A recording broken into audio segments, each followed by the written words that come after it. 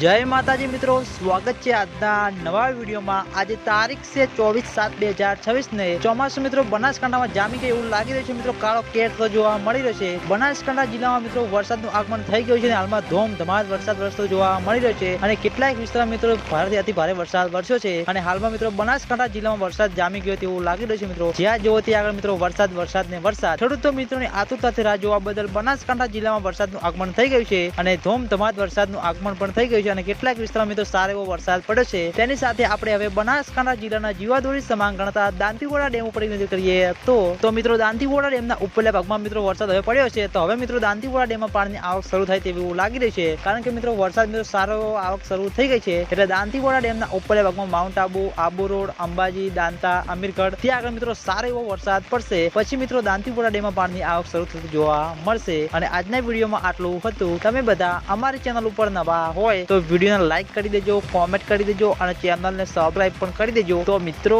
જય માતાજી।